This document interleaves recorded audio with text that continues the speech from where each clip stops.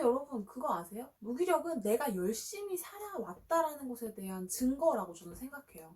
안녕하세요, 윤성씨입니다. 오늘은 무기력에 대한 이야기를 해보려고 해요. 사회적 거리두기 2단계가 시행되고 첫 번째 주말이 되었는데요. 이제 곧 민족의 명절 추석인데 그 매기를 잡을 계획도 세우고 해야 되는데 도무지 힘이 나질 않는 거예요. 너무 기대와 실망을 반복해서 그런 것 같아요. 올해가 특히 그렇죠. 이거 지나면 좀 괜찮아지겠지 했는데 다시 또 문제가 터지고, 이것만 지나면 괜찮을 거야 했는데 좀처럼 괜찮아질 기미가 보이지 않은 채로 올해가 지나가고 있습니다. 저도 굉장히 무기력해지더라고요. 회사를 다닐 때는 내가 무기력해져도 좀 쉴 수 있는 텀들이 있잖아요. 주말도 있고 연차를 쓸 수도 있고, 물론 그렇다고 해서 모든 스트레스가 해결되는 건 아니지만, 근데 자영업을 하거나 프리랜서로 살아가게 되면 참 어려운 게, 문제가 생겼을 때 나의 에너지가 다 소진되었는데도 이걸 해결할 수 있는 사람이 나 하나밖에 없기 때문에 있는 힘 없는 힘을 다 긁어 모아가지고 계속 앞으로 가야 한다는 거, 그게 좀 저를 많이 힘들게 하더라고요. 회사 다닐 때 무기력이 없었다고는 못하겠지만 정말 퇴사하고 나서부터는 무기력을 대하는 방법을 배우지 않을래야 않을 수가. 그래서 제 개인적으로 무기력증이 찾아올 때마다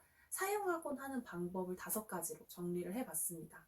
이게 모든 분들에게 적용되진 않을 수 있지만 한 분만이라도 도움이 될 수 있다면 정말 기쁘겠습니다. 먼저 첫 번째는 나 자신과 데이트를 하는 거예요. 예쁘게 차려입고 내가 좋아하는 카페나 좀 경치 좋은 데 가서 하루 동안은 아무 생각 안 하는 거죠. 저는 좀 추천하는 게 산이나 바닷가나 호수같이 좀 자연이 잘 보이는 데 가는 게 좋은 것 같아요. 무기력증이 왔을 때 사실 우리를 더 힘들게 하는 건 무기력증 그 자체가 아니라 지금 해야 될 게 이렇게 많은데 너 이렇게 게으르게 있을 거야?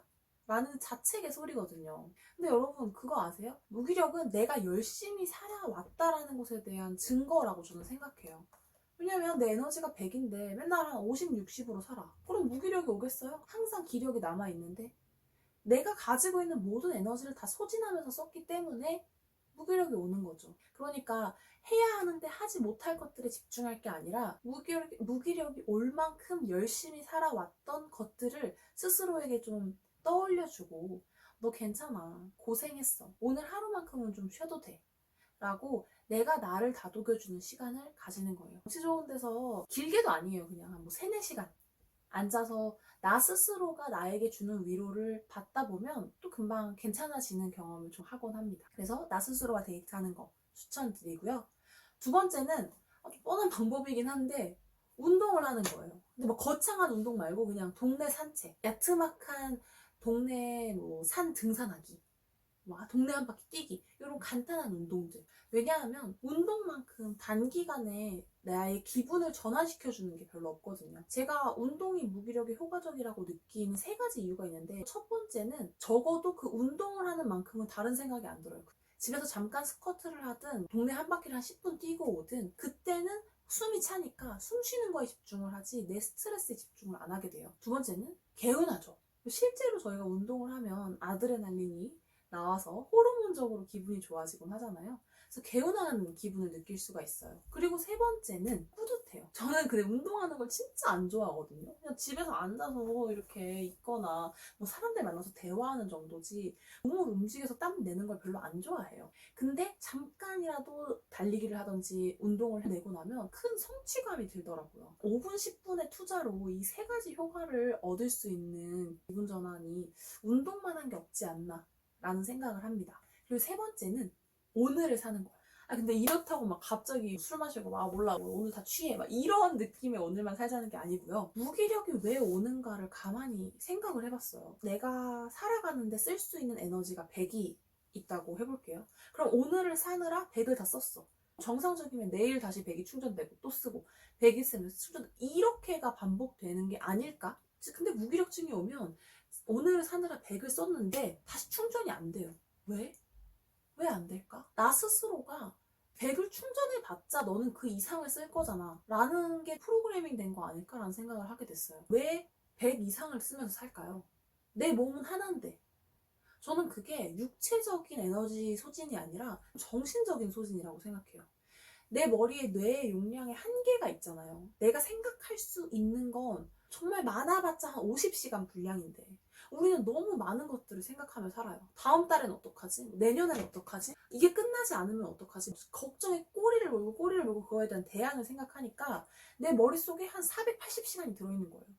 몸이 움직이지 않더라도 나의 뇌가 그런 고민과 걱정에 대한 대안들을 내주느라 너무 분주한 거죠. 그래서 내일을 생각하지 말고 다 없애자라는 소리가 아니라 최소한 무기력에 빠져있는 그 순간만큼은 오늘 하루만 생각하자는 거예요. 제가 무기력증이 올 때마다 내가 좀 좋아하는 짤이 있는데 작살나게 밥 먹기, 끝내주게 숨쉬기 뭐 이런 거. 오늘 하루를 건강하게 잘 살았으면 됐어요. 거기에 그냥 내가 욕심을 내자면 나의 일 하나만 하자는 거죠. 그게 그림 한 장을 그리는 거든 글 한 편을 쓰는 거든 많은 거 다 모르겠고 어차피 알잖아요. 내가 다시 기력을 찾으면 열심히 해낼 거예요. 잘 할 수 있을 거예요. 근데 지금은 그럴 수 있는 상황이 아닌 거예요. 그러니까 딱 하나만. 나를 너무 괴롭히지 말고 오늘 하루만 생각하자는 거죠. 네 번째는 알아요. 무기력이 정말 세게 오면 운동하는 거 좋다는 거 몰라서 안 하겠어요?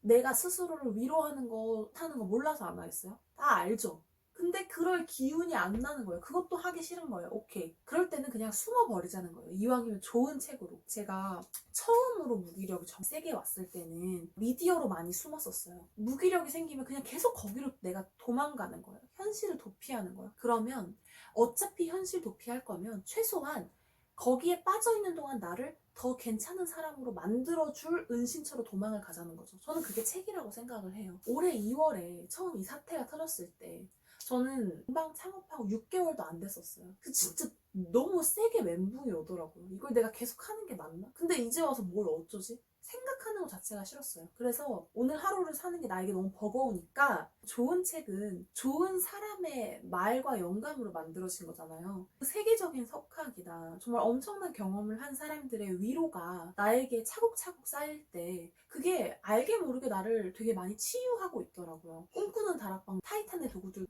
그렇고 뭐 미라클 모닝도 좋고요. 참 좋은 책들이 우리 주변에 너무 많아요.